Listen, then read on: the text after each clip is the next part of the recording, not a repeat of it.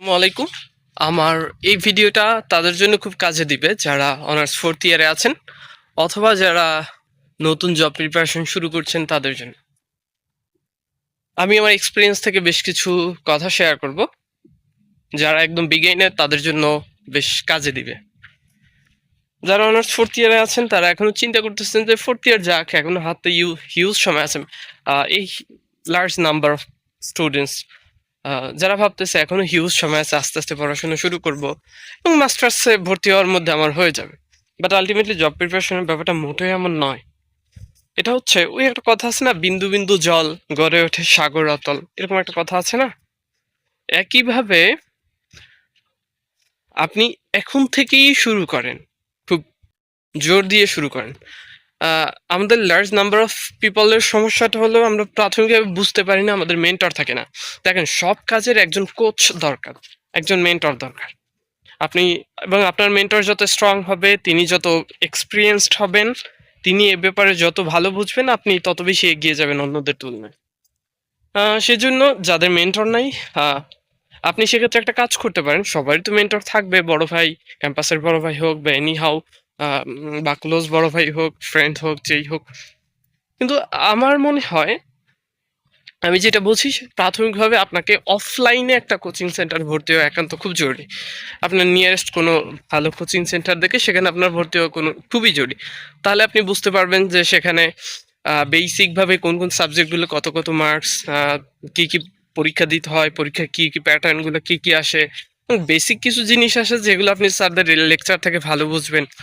এবং এমন কিছু জিনিস থাকবে, প্রতিদিন ক্লাসগুলো করবেন, এমন কিছু জিনিস থাকবে যেগুলো আপনি পড়ে মুখস্থ করতে পারবেন না বা মনেও থাকবে না, বা আপনি পড়ে আসলে বুঝবেন না, কিন্তু স্যারদের লেকচারের কারণে সেগুলো আপনার মাথায় গেঁথে যাবে। এমন কিছু জিনিস থাকবে। সেক্ষেত্রে যারা ফোর্থ ইয়ারে আছেন বা থার্ড ইয়ার শেষ পর্যায়ে আছেন তাদের উচিত কোচিং করা, বা যারা একদম বিগিনার আছেন আপনি অবশ্যই একটা ভালো কোচিং দিকে অফলাইনে ভর্তি হন, নট অনলাইন। অনলাইনে করার বহুত সময় আছে, অফলাইনে ভর্তি হবেন।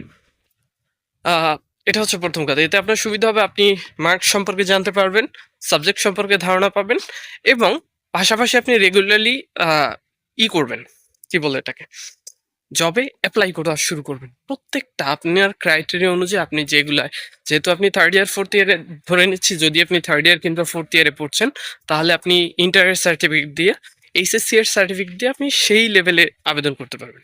সেই আবেদনগুলো করে ফেলবেন এবং সেগুলো নিয়মিত অ্যাটেন্ড করবেন। পরবর্তী যেই পরামর্শ থাকলো সেটা হচ্ছে, আপনাকে নিয়মিত মডেল টেস্ট দিতে হবে। ক্লাসগুলা, কোচিং এর ক্লাস কখনোই করা যাবে না, মিস করা যাবে না। নিয়মিত মডেল টেস্ট দিতে হবে।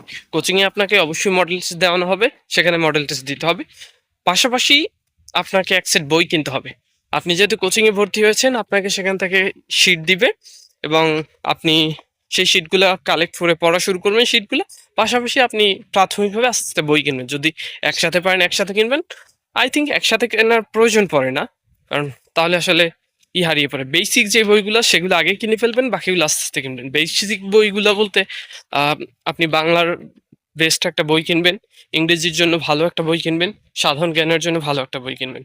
সাধারণ জ্ঞানের মধ্যেও তো অন্যান্য ব্যাপারগুলো থাকে, নৈতিকতা ইত্যাদি ইত্যাদি, এই যে ব্যাপারগুলো থাকে।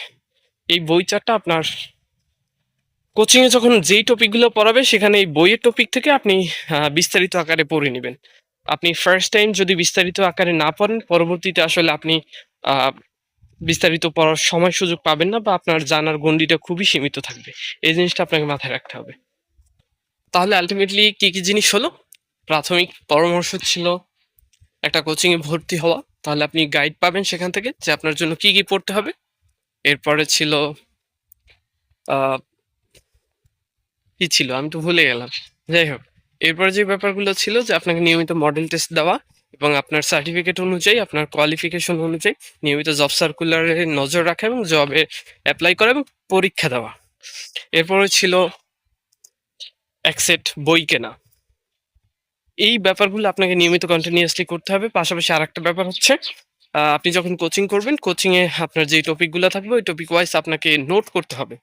নিজে নোট করবেন, বাংলা, অঙ্ক, ইংরেজি, সাধারণ জ্ঞান ইত্যাদি যেই টপিকগুলো থাকবে সেগুলো নোট করবেন। এই নোট করাটা খুবই জরুরি। এগুলো নোট করলে আপনার মাথায় অনেক জিনিস গেঁথে যাবে, যা পরবর্তীতে আপনার পড়তে হবে না, এক নজর দেখলেই হয়ে যাবে।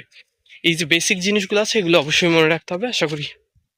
হ্যাঁ, যা বলছিলাম যে এই বেসিক জিনিসগুলো আপনি মনে রাখলে আপনার অনেক ভালো হবে। আপনার জন্য শুভকামনা।